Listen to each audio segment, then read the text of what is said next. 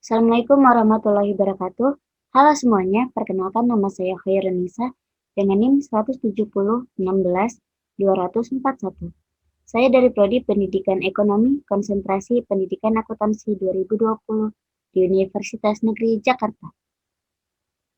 Pada hari ini, saya akan menjelaskan mengenai penggunaan SPSS untuk menguji data dengan cara uji multikolonialitas.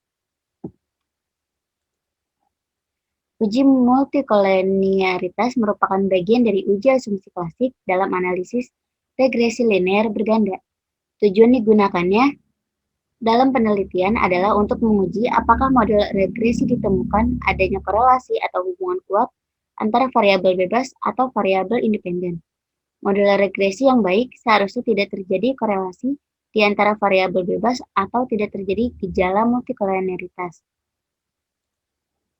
Untuk mendeteksi ada tidaknya gejala multikolonialitas dalam model regresi, maka dapat dilakukan dengan beberapa cara, yaitu melihat nilai korelasi antara variabel independen, melihat nilai condition index dan eigenvalue, dan ketiga, melihat nilai tolerance dan variance inflating factor, atau biasa disingkat dengan VIF. Dalam kesempatan kali ini, kita akan mempraktekkan cara melakukan uji multikolonialitas dengan melihat nilai toleransi dan VIF menggunakan program SPSS. Seperti yang kita ketahui, bahwa setiap uji statistik yang dilakukan pasti ada dasar pengambilan keputusannya. Adapun dasar pengambilan keputusan pada uji multikolonialitas dengan toleransi dan VIF adalah sebagai berikut. Yang pertama ini ada pedoman keputusan berdasarkan nilai toleransi. Jika nilai toleransi lebih besar dari 0,10, maka artinya tidak terjadi multikolonialitas dalam modul regresi. Yang kedua, jika nilai toleransi lebih kecil dari 0,10, maka artinya terjadi multikolonialitas dalam model regresi. Kemudian ada pedoman keputusan berdasarkan nilai VIF atau variance inflation factor. Yang pertama, jika nilai VIF lebih kecil dari 10,00, maka artinya tidak terjadi multikolonialitas dalam model regresi.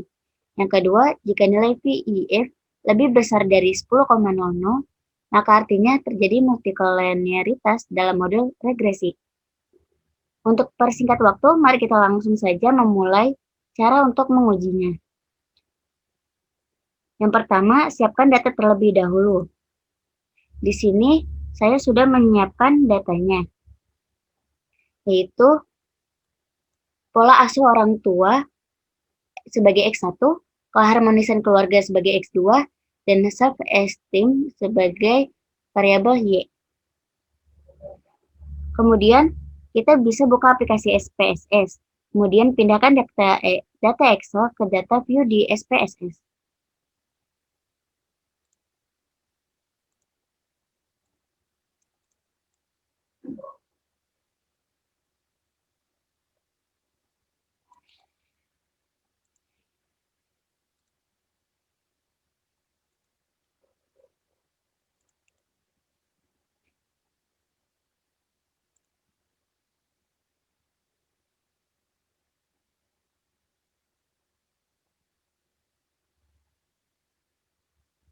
Setelah data dipindahkan ke SPSS, alangkah lebih baiknya jika kita merubah nama variabelnya terlebih dahulu supaya lebih mudah membacanya. Kita ganti yang di sini menjadi X1.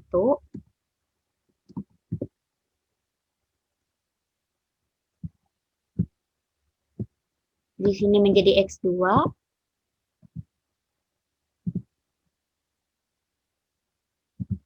Dan di kelompok 3 menjadi Y. Maka tampilannya akan berubah. Kemudian, langkah selanjutnya adalah kita mengklik Analyze. Kemudian, kita klik Regression. Lalu, kita mengklik Linear. Setelah tampilannya seperti ini, maka kita klik Statistik. Tampilan seperti ini, kita perlu mencentang bagian collinearity diagnosis.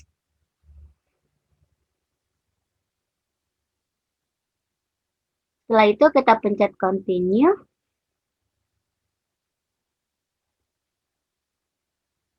Mohon maaf, saya lupa. Ini kita harus dipindahin dulu X1-nya ke maaf, diulangin. Y-nya kita pindahin ke dependent, X1-nya kita ke independence, X2-nya juga kita pindahin ke independence. Ini tetap masih tercentang collinearity diagnosisnya. Habis itu setelah tampilan seperti ini, kita pencet OK.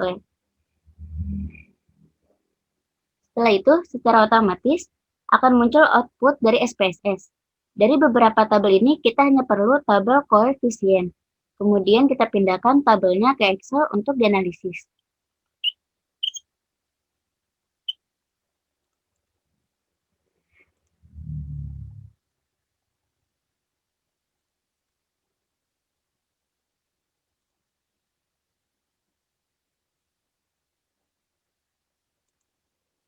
Dari data ini kita bisa lihat bahwa collinearity tolerance yaitu 1,00 dan statistik VEF 1,00. Data tersebut terhitung aman dan terbebas dari multicollinearitas. Berdasarkan pedoman keputusan dapat disimpulkan bahwa kedua variabel X-nya itu tidak saling mempengaruhi, maka data dapat digunakan dan data itu dinyatakan aman. Sekian dari saya, kurang lebihnya mohon maaf, karena kesempurnaan hanya milik Allah Subhanahu wa Ta'ala. Tetap lakukan protokol kesehatan, kurangi berkegiatan di luar rumah jika tidak terlalu penting, dan jangan lupa memakai masker dan membawa hand sanitizer. Stay strong, stay smart, and stay healthy. Sampai jumpa. Wassalamualaikum warahmatullahi wabarakatuh.